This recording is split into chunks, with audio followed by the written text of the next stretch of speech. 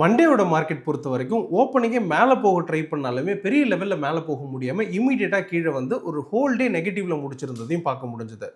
இந்த மார்க்கெட் ஃபர்தராக இன்றைக்கி எப்படி இருக்கும் அப்படிங்கிறதையும் இன்றைக்கி வந்திருக்க சில நியூஸஸ்லாம் என்ன அண்ட் இன்னையோட மார்க்கெட்டை என்னென்ன நியூஸ்லாம் அஃபெக்ட் பண்ண போகுது அப்படிங்கிறத டீட்டெயில்டாக பார்த்துடலாம்.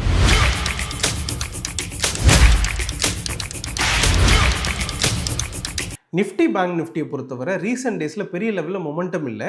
அதனால் நிஃப்டிக்கான வியூவை ஆல்ரெடி போஸ்ட் பண்ணிடுறோம். அதே மாதிரி பேங்க் நிஃப்டிக்கு பதிலாக மிட் கேப் செலக்டை சூஸ் பண்ணிவிட்டு அதுக்கான டெக்னிக்கல் வியூவை ரெகுலராக போஸ்ட் பண்ண போகிறோம். அதாவது Nifty and mid cap select இதுக்கான வியூவை ஆல்ரெடி எஸ்டர்டேவே வந்து பார்த்தீங்கன்னா போஸ்ட் பண்ணியாச்சு.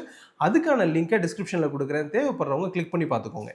இந்தியாவுக்கு முப்படைகளுக்கு தேவையான ப்ராடக்டை ப்ரொக்யூர் பண்ணுறதுக்காக 79,000 crore டிஏசி அதாவது டிஃபென்ஸ் அக்யூசியேஷன் கவுன்சில் வந்துட்டு ரிலீஸ் பண்ணியிருக்காங்க. பிகாஸ் வந்து பார்த்தீங்கன்னா உங்களுக்கு டிஃபென்ஸ் ஸ்டாக்ஸ் எல்லாமே இந்த இடத்துல ஒரு சைட்வேஸில் அல்லது கீழே இறங்கி நின்று இருக்கிறத நம்ம பார்க்க முடியாது. இந்த நியூஸ்னால வரக்கூடிய நாட்களில் இந்த டிஃபென்ஸ் ஸ்டாக்ஸ் நல்லாவே மேலே போகிறதுக்கான வாய்ப்பு இருக்குன்னு புரிஞ்சுக்கலாம். அப்படி என்னென்ன ஸ்டாக்ஸுக்கெல்லாம் இது ஒரு நல்ல ஒரு பாசிட்டிவ் நியூஸ் அப்படின்றத புரிஞ்சுக்கலாம். Hindustan aeronautics, Bharat dynamics, Bharat electronics இந்த 3 கம்பெனிக்குமே வந்து பார்த்தோன்னா நல்ல ஒரு பாசிட்டிவ்னு சொல்லலாம். இந்த கம்பெனிஸ் எல்லாமே மோர் தென் 35 PE ரேஷியோவில் இருந்தாலுமே ஃபர்தராக இதோட ப்ரைஸ் மேலே போகிறதுக்கான சான்சஸ் அப்படிங்கிறது வரக்கூடிய நாளில் இருக்குன்னு சொல்லலாம். இது இல்லாமல் ஷிப் பில்டிங்கில் Mazagon dock, Cochin shipyard, garden reach இந்த 3 கம்பெனிக்குமே ஒரு நல்ல பாசிட்டிவ்னு சொல்லலாம். இது இல்லாமல் எலக்ட்ரானிக் ஸ்டாக்ஸாக இருக்கக்கூடிய ஆஸ்ட்ரா மைக்ரோவேவ், டேட்டா பேட்டர்ன் இந்த 2 கம்பெனியுமே வந்து பார்த்தீங்கன்னா நல்ல ஒரு பாசிட்டிவ்னு சொல்லலாம். இது இல்லாமல் வந்து பார்த்தீங்கன்னா உங்களுக்கு அப்பார்ட் ஃப்ரம் டிஃபென்ஸ் ப்ராடக்ட் இதுக்கு சப்ளை ஆகக்கூடிய அல்லது வந்து பார்த்தீங்கன்னா இது சப்போர்ட்டிவாக இருக்கக்கூடிய கம்பெனிஸ்ன்னு சொல்லக்கூடிய BEML அண்ட் BHEL இந்த 2 கம்பெனியுமே வந்து பார்த்தீங்கன்னா பெனிஃபிட் ஆகலாம். ஜனவரி 2026 காரோட ப்ரைஸ்லாம் இன்க்ரீஸ் ஆக போகிறதா சொல்லியிருக்காங்க. ஒவ்வொரு கம்பெனியும் இதை அனௌன்ஸ் பண்ணிட்டாங்க அப்படின்னு சொல்லி புரிஞ்சுக்கிறோம். ஸோ இதுக்கான காரணங்கள் என்னென்ன அப்படின்னு பார்த்தீங்கன்னா டாலரோட ரேட் வந்து ரொம்பவே அதிகமாகிட்டதுனால இம்போர்ட் காஸ்ட் அதிகமாகிடுது. அதே மாதிரி வந்து பார்த்தீங்கன்னா கமாடிட்டி அண்ட் லாஜிஸ்டிக் ப்ரெஷர் அப்படின்னு சொல்ல முடியும். இதனாலையும் வந்து பார்த்தீங்கன்னா ப்ரைஸில் ஒரு ப்ரெஷர் அப்படிங்கிறது இருக்குது. இதனால் ப்ரைஸை இன்க்ரீஸ் பண்ண போகிறதா சொல்லியிருக்காங்க. அண்ட் அரௌண்ட் வந்து பார்த்தீங்கன்னா 3 to 4% ப்ரைஸ் ஹைக் இருக்கலாம் அப்படிங்கிற அந்த எக்ஸ்பெக்டேஷன் இருக்குது. ஜிஎஸ்டினால குறைஞ்ச ப்ரைஸ் வந்து பார்த்தீங்கன்னா இந்த இடத்துல ப்ரைஸ் ஹைக்காக கொண்டு வராங்க அப்படிங்கிறது பார்க்க முடியாது. இதனால் வரக்கூடிய நாட்களில் எல்லா ப்ராடக்டோட ப்ரைஸ் அதாவது இன்ஃப்ளேஷன் அதிகமாகிறதுக்கான வாய்ப்பு இருக்குது அப்படிங்கிறது ஒரு சின்ன நோட்டாக எடுத்துக்கலாம். ரஷ்யா உக்ரைன் வாரோட எண்ட் அப்படின்னு சொல்லலாம். அதாவது 90% அப்படிங்கிறது கம்ப்ளீட் ஆகிடுச்சு அப்படிங்கிறது உக்ரைன் அனௌன்ஸ் பண்ணியிருக்கு.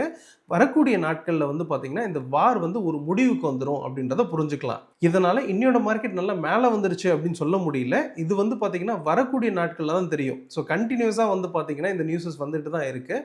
எப்போ இந்த சீஸ்ஃபயர் அனௌன்ஸ் பண்ணுறாங்களோ அப்போ தான் இது எஃபெக்ட் ஆகும் அப்படிங்கிறது புரிஞ்சுக்கலாம். இமீடியட்டாக வேர்ல்டு மார்க்கெட் எல்லாமே மேலே போகும் அப்படின்றது எதிர்பார்த்தாலுமே சீஸ்ஃபயர் அனௌன்ஸ் பண்ணால் மட்டும்தான் இந்த பாசிட்டிவ் வரதுக்கான வாய்ப்பு இருக்குன்னு புரிஞ்சுக்கலாம். கோல்ட் அண்ட் சில்வரை பொறுத்த வரைக்கும் ரொம்பவே பீக்ல இருந்த பிரைஸ் எஸ்டர்டே வந்து பார்த்தீங்கன்னா நல்ல டவுன் ஆகி முடிச்சிருக்கிறத பார்க்குறோம். சில்வரை பொறுத்த வரைக்கும் 7% கிட்ட டவுன் ஆகி முடிச்சிருக்காங்க. அண்ட் இதே மாதிரி கோல்டோட பிரைஸ் அரௌண்ட் 2.5% நெகட்டிவ்ல முடிச்சிருக்கிறதையும் பார்க்குறோம். பிரைஸ் வந்து பார்த்தீங்கன்னா இந்த இடத்துல ஒரு சின்ன கரெக்ஷனுக்காக வந்திருக்கு அப்படிங்கிறத புரிஞ்சுக்கிட்டாலுமே ஸ்டில் வந்து பார்த்தீங்கன்னா ஒரு பாசிட்டிவ் மொமெண்டம் இருக்குது அப்படின்னு சொல்லலாம். ஒரு லெவலை பிரேக் பண்ணால் மட்டும்தான் ஃபர்தராக கீழே இறங்கிறதுக்கான வாய்ப்பு இருக்குது. ஒரு பெரிய கரெக்ஷன்ஸ் இருக்குது அப்படிங்கிறதையும் புரிஞ்சுக்கலாம். பார்க்கலாம் என்ன நடக்குதுன்னு சொல்லிட்டு. குரூட் ஆயிலோட ப்ரைஸ் பொறுத்த வரைக்கும் $58 ட்ரேட் ஆகிட்டு இருக்காங்க. இப்போ இருக்கக்கூடிய ப்ரைஸ் அப்படிங்கிறது ஒரு சின்னதாக கரெக்டாகி மேலே வந்திருக்கு அப்படின்னு சொல்லலாம். ப்ரைஸ் டுவர்ட்ஸ் வந்து பார்த்தீங்கன்னா $55 நோக்கி போயிட்டு இருக்கு அப்படிங்கிறத நம்ம ப்ரிடிக்ஷனாக வச்சுருக்கோம். ப்ரைஸ் வந்து பார்த்தீங்கன்னா அதை நோக்கி போகிறதுனால இந்தியன் மார்க்கெட்டுக்கு இதனால எந்த ஒரு த்ரெட்டும் இல்லை அப்படிங்கிறதையும் புரிஞ்சுக்கலாம். USD INR பொறுத்த வரைக்கும் 89.87 ட்ரேட் ஆகிட்டு இருக்காங்க. ப்ரைஸ் வந்து பார்த்தீங்கன்னா பாட்டம்லேருந்து ஒரு சின்ன கரெக்ஷன் கொடுத்து மேலே வந்துட்டு இருக்குன்னு சொல்லலாம்.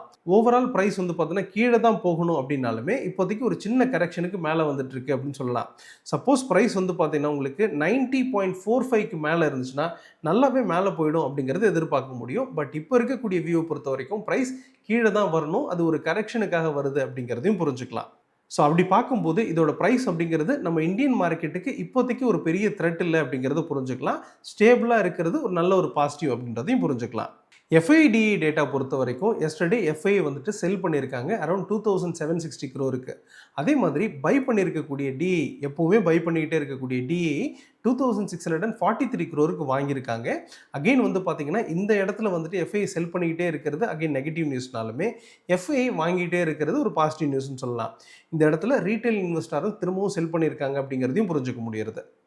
இந்தியா விக்ஸை பொறுத்தவரை 9.72 ட்ரேட் ஆகிட்டு இருக்காங்க. சின்னதாக ரெக்கவரி ஆயிருக்கு அப்படின்னு சொல்லலாம். இந்த ப்ரைஸ் வந்து பார்த்தீங்கன்னா எதனால் அதிகமாகும் அப்படின்னு பார்த்தீங்கன்னா உங்களுக்கு ஒரே சைடு மொமெண்டம், அது மேபி மேலே போனாலும் சரி அல்லது கீழே வந்தாலும் சரி, இந்த மொமெண்டம் ஒன் சைடாக இருந்துச்சுனாலே மேலே வரதுக்கான வாய்ப்பு இருக்குன்னு புரிஞ்சுக்கலாம். அந்த வகையில் இன்னைக்கு மார்க்கெட் கீழே வந்ததுனால உங்களுக்கு ஐவி வந்து அதிகமாக இருக்குது அப்படின்னு சொல்லி புரிஞ்சுக்கலாம். ஸோ வரக்கூடிய நாட்களில் இந்த ஐவி வந்து பெருசாக வரும் அப்படிங்கிறத நம்ம எதிர்பார்த்துக்கிட்டே வரோம். பட் இந்த ஐவி வந்து பார்த்தீங்கன்னா மார்க்கெட்டில் ப்ராஃபிட் புக்கிங்கை சீக்கிரமாக முடிச்சுக்கணும் அப்படிங்கிறத நம்ம கன்க்ளூட் பண்ணுது. பட் இந்த இடத்துல ஆப்ஷன் செல்லருக்கு ஒரு நல்ல பாசிட்டிவ் அப்படின்னு சொல்லலாம். இனியை பொறுத்தவரை இன்னைக்கு எல்லா ப்ராடக்ட்டுமே எக்ஸ்பைரியும் இருக்கிறதுனால ஒரு சைட்வேஸ் அப்படிங்கிறது இருக்கலாம் அப்படிங்கிற அந்த எக்ஸ்பெக்டேஷன் இருக்கு. இந்த ஐவி வந்து பார்த்தீங்கன்னா ஆப்ஷன் செல்லருக்கு வந்து ஒரு நல்ல ஒரு பாசிட்டிவ் நியூஸ்னு சொல்லலாம். வேர்ல்டு மார்க்கெட் பொறுத்தவரை ஒரு ஸ்லக்கிஷ் மார்க்கெட் அப்படின்னு சொல்லலாம். ஒரு சைட்வேஸ் கண்டினியூ பண்ணிக்கிட்டே வராங்க. இருந்தாலுமே ஒரு சின்ன ரெக்கவரி அப்படிங்கிறது தொடங்கியிருக்காங்க அப்படின்னு எடுத்துக்கலாம். இதோட கண்டினியூஷன் அப்படிங்கிறது இன்னையோட மார்க்கெட் பொறுத்தவரை ஓப்பனிங்கே ஃப்ளாட்டாக இருந்து மேலே வரதுக்கான வாய்ப்பு இருக்குது. பட் டெக்னிக்கலாக கொஞ்சம் வீக்காக இருக்குது அப்படிங்கிறதுனால ஃபர்தராக இது நம்ம இந்தியன் மார்க்கெட்டை பாசிட்டிவ் சைடு போக விடாது அப்படின்னு சொல்லி புரிஞ்சுக்கலாம். அப்போ இந்தியன் மார்க்கெட் பொறுத்த வரைக்கும் சின்னதாக ரெக்கவரி ஆகலாம் அப்படிங்கிற அந்த எக்ஸ்பெக்டேஷன் இருந்தாலுமே ரொம்ப தூரம் மேலே போகாமல் கீழே வரதுக்கான வாய்ப்பு இருக்குது அப்படிங்கிறத இந்த இடத்துல கன்க்ளூஷனாக எடுத்துக்கலாம். இருந்தாலுமே டெக்னிக்கலாக தான் நம்ம கன்க்ளூஷனாக எடுத்துக்கணும். அதை பார்த்தா நம்ம ட்ரேட் எடுக்கணும். அதை ப்ராப்பராக தெரிஞ்சுக்கிட்டு அதன் பிறகு ட்ரேட் எடுக்கணும் அப்படிங்கிறதையும் புரிஞ்சுக்கணும். ஃபைனலாக ஓப்பன் இன்ட்ரெஸ்ட் ரேட்டா நிஃப்டியோட பிசிஆர் ரேஷியோ பொறுத்த வரைக்கும் 0.57 இருக்காங்க. ப்ரைஸில் வந்து பார்த்தீங்கன்னா உங்களுக்கு கால் ரைட்டர்ஸ் பெருசாக டாமினண்ட்டாக இருக்காங்க. ப்ரைஸ் கீழே தான் வரும் அப்படின்றத எடுத்துக்கிட்டாலுமே இன்னைக்கு எக்ஸ்பைரி அப்படிங்கிறதுனால ஒரு ப்ராஃபிட் புக்கிங் வர்றதுக்கான வாய்ப்பு இருக்குது. அப்போ பெரிய லெவலில் செல்லர் வருவாங்களா அப்படின்னு பார்க்கும்போது உங்களுக்கு வந்து பார்த்தீங்கன்னா ப்ராஃபிட் புக்கிங் நடந்து மார்க்கெட் ஒரு சைட்வேஸில் கொண்டு போகிறதுக்கான வாய்ப்பு இருக்குன்றதை எடுத்துக்கலாம். பட் ஓவராலாக இப்போ இருக்கக்கூடிய ஸ்டேஜில் மார்க்கெட் கீழே தான் வரும் அப்படிங்கிறத இப்போ இருக்கக்கூடிய கன்க்ளூஷனாக இருக்குது. மிட் கேப் செலக்டோட பிசிஆர் ரேஷியோ பொறுத்த வரைக்கும் 0.62 இருக்காங்க.